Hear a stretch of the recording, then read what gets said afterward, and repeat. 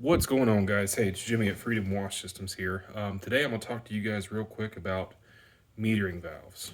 These are the ones that I'm making in-house. Here's an example of a GF. Sorry I'm not showing my face. I got my phone set up to where I can try to, it's being held while I'm trying to explain some of this stuff to you guys. But what I want to do is go over a little bit of basics on the metering valves and kind of explain to you guys some of the things you want to watch out for. And the things I'm going to explain to you are not just with these valves, but it's also applicable to these, Hayward's, Asahi's, all the metering valves. And we're going to kind of step through all the different parts of the valves and explain to you guys what they do and some of the things to keep an eye out for. Now, the first thing is GF. They make a great valve. It's probably about 140 bucks a piece. And they're really good. They only make these right now in a 1/2 inch. I did see that there's a black handled version that's a high flow version. Never seen it for sale though. I don't know how they're being acquired, but I'm sure anybody that deals with GF would be able to reach out and do that.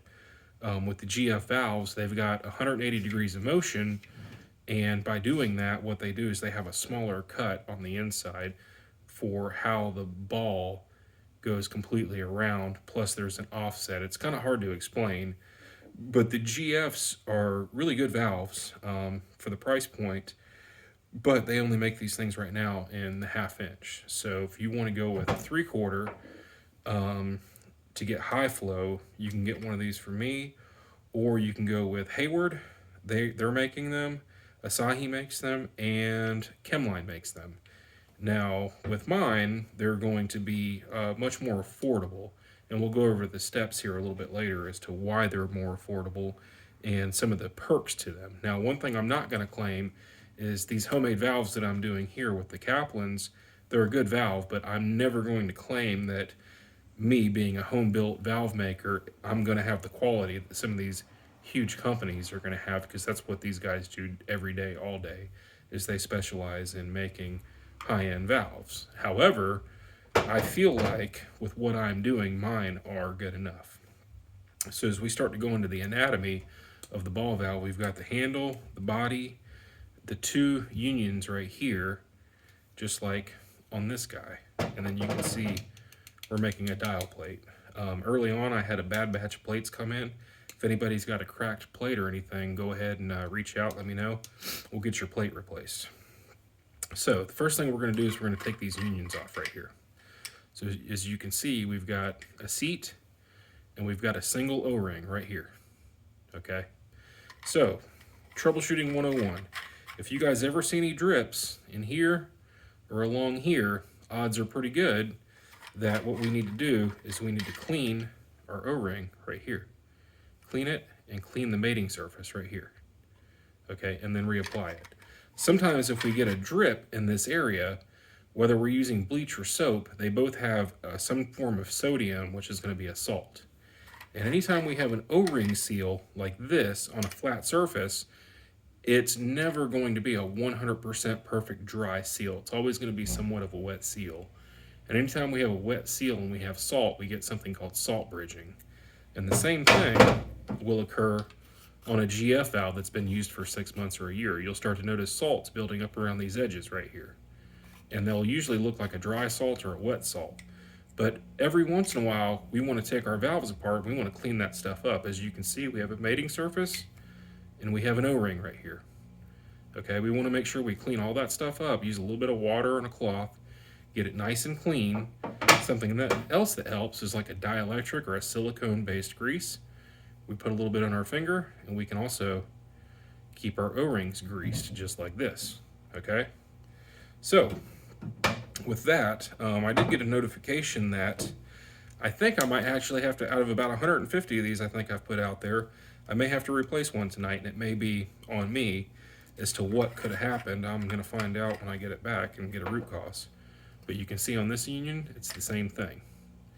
So, first step is if we ever get a drip in our union, we want to clean our surfaces, put a little bit of silicone grease on them, go ahead and retighten them.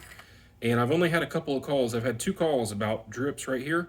That's all we got to do is clean it up, retighten it, and I've gotten reports back that, hey, everything worked. So as we dive deeper into these valves, this valve is really no different. Well, it is different, but it's the idea is not that much different than this valve, or the Asahi or the Hayward. They're all pretty much based on the same design. Usually to take any of these valves apart, the tools are actually located on the valve itself, and I'm going to walk you guys through that real quick. So first step on the Kaplans is we pop this little piece off, we flip it upside down, we go inside of here, and now we've got our spanner wrench. We go ahead and a little bit of force and we pull it. Okay, the plate flew off of here, but that's fine. I don't screw them down before I ship them, because if I ship them fully installed with the screws in, what happens is the shippers end up breaking the corners. So I have to ship these riding like this, and when you get the valves, you put your 3 screws in here. So we go here. One of the beauties to the Kaplan that other valves don't do that I did like is to loosen the retainer for the balls inside. We actually have to go opposite thread, so righty loosey and then lefty tighty is how this one works. The other ones don't do that. The reason I like this is because when you're tightening your union down, what you're actually doing is you're not running the risk of loosening this around the ball. So before I take this guy off, you can see I went ahead and loosened it outside of here. I'm going to show you guys. So what I'm doing is I'm making a large V-ball for 1 inch. This example we have is a 3/4 inch V-ball that I'm making. And then also on the 3/4, I make a soap cut right here. And this is just a tighter swing cut to hopefully give you more control in the soaps. Now all this stuff is going to be relative based upon how much vacuum a pump is pulling into your manifold. And we can get down that road later, but this is just to show you guys basic ball valve maintenance. So the beauty of the HydroSeal Kaplan is that when I basically put a new ball inside of it and add a dial plate, these valve bodies themselves, they're actually, the bodies are still available as the socket, as the glue thread, but not the threaded thread. That's why I've been so behind on making these, is because these threaded parts are currently out of stock, but they're working on getting some more in. But even if you had the socket style, if anything ever were to happen to this 6 months or a year down the road, unlike these, if something breaks on these, you got to spend a lot of money to replace it. With this, all you have to do is get a new valve body from any, the 3/4 inches are $12. The 1 inch ones are $16 on Amazon. You get a new one in, you just remove this piece, and on the inside right here, you'll see the valve is oriented this way. So all we do is reach our pinky in the backside and we pull the ball out just like that. Okay, and now we have the regular thing. Another part that can wear out is these are Teflon guides. So once these start to wear out, you'll need to replace those. And that's applicable to any valve. It doesn't matter if it's one of the ones I'm making, a GF, an Asahi, anybody. Over time, these are going to wear out. But before they wear out, every manufacturer gives you a spanner, because over time, as the Teflon is wearing down, you should be going in and actually tightening it just a little bit. And when you tighten it, what you're doing is you're reaffirming the seal. So that's the anatomy of this ball valve. You can see we've got an O-ring seal here that seals inside of here, and this come to the ball, and that they're what kind of make the ball free floating inside of there. The other thing that we have is inside of here under the handle. If I pop this out and get it out, we have the stem that the handle actually spins. So the handle goes here, and this guy sits on top of the ball, kind of like a dovetail, and as you spin it, that's what makes the ball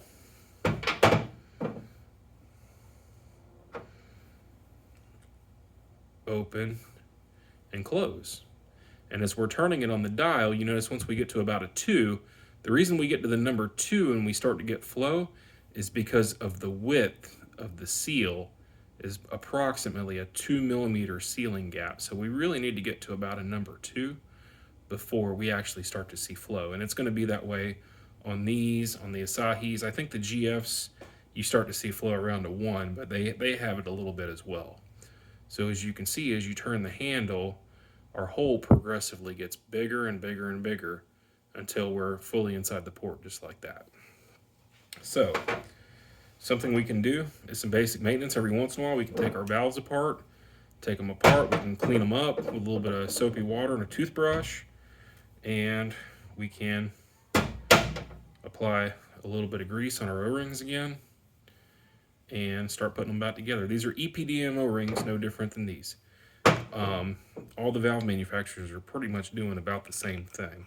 So we've got EPDM seals, which are, I won't say they're 100% bleach perfect like Viton. They're not as good as Viton. However, they do hold up okay over a certain period of time. But ultimately, eventually, these are going to wear out. These are made of PVC. So we have two conditions that really make these brittle. And even this GF here, I ran this thing for a little over a year. It's starting to show a little bit of age. It's not quite as crisp as it used to be. So we have UV radiation, which leaches some of the resins out of the PVC. Even if, like the Asahis, they're UV stable, but over time, UV leaches the resin out of the PVC. The second thing that happens is running through here, a lot of times we've got our chlorine or our bleach, and that's also leaching the resins out and making the PVCs more brittle. So over time, whether it's one of these or one of these probably are not going to quite last as long as these. However, the price point is drastically different. I'll explain it in a minute. But over time, valves will need to be replaced. So I put the grease on the stem. I reinstalled the stem. When I this is a soap valve. So when I go to reinstall it, what I'm going to do is I have my dovetail here that's going to line up here. And I'm just going to pop it in place just like this. Okay, hopefully you guys can see that. So once I pop this guy in here, now something I ran into that was operator error on my part, and I had to start being more cautious later on, and I started doing full pressure checks, was when I would install this guy back into here, I had to be careful not to put a little slice on this O-ring, because I found out that if I was not at open or closed, but if I was on like the 45-degree position on the handle, I might get some water leaking out from the stem here, and for some strange reason that was happening from a little tiny slice on the O-ring. So if anybody has water coming out of the stem or anything, reach out, let me know, we can get you taken care of. However, before I reinstall this, just to help prevent that problem, I started putting a little more grease around this O-ring right here, okay? So I put grease on the O-ring, then I start to carefully, not with a lot of pressure, but I start working it like it's tightening, and I'm pushing flat with my hand the entire time. And I slowly and gradually apply a little more pressure until, and I want to try to stay even. I don't want to go crooked. See how I started to go a little crooked? I'm going to go ahead and pull it back off and try to straighten it out a little bit, and then try again. I'm going to inspect it, and then I'm going to try again. So I'm going to try to see if I can get it to go a little more straight, and that feels a lot better. Okay, so then once I get the threads to catch, I spin it on, okay, here, and then I start to tighten it down. Now you don't want to dog it down too tight, because if it's too tight, when you tighten this, you're going to make it, it's going to be hard for the handle to turn. So, but if you don't have it tight enough, it's going to slowly seep, and that's why over time, as the balls wear on these or these, they give you the handle, the pieces to actually go in and be able to tighten that up just a little bit. So it's going to be a little bit of a feel, but you got to touch it. And you can see what allows our 90 degrees of rotation. We have a hard stop here and a hard stop here, and we have this piece here. So this piece has to go somewhere into that track. I did have a video tonight to where the person could spin it 180 degrees, and because they could spin it 180 degrees, it meant that the handle was sticking. It wasn't fully seated all the way. The handle was probably like this, which allowed them to spin 180 degrees. Okay, we don't want that. We want to be able to make sure our handle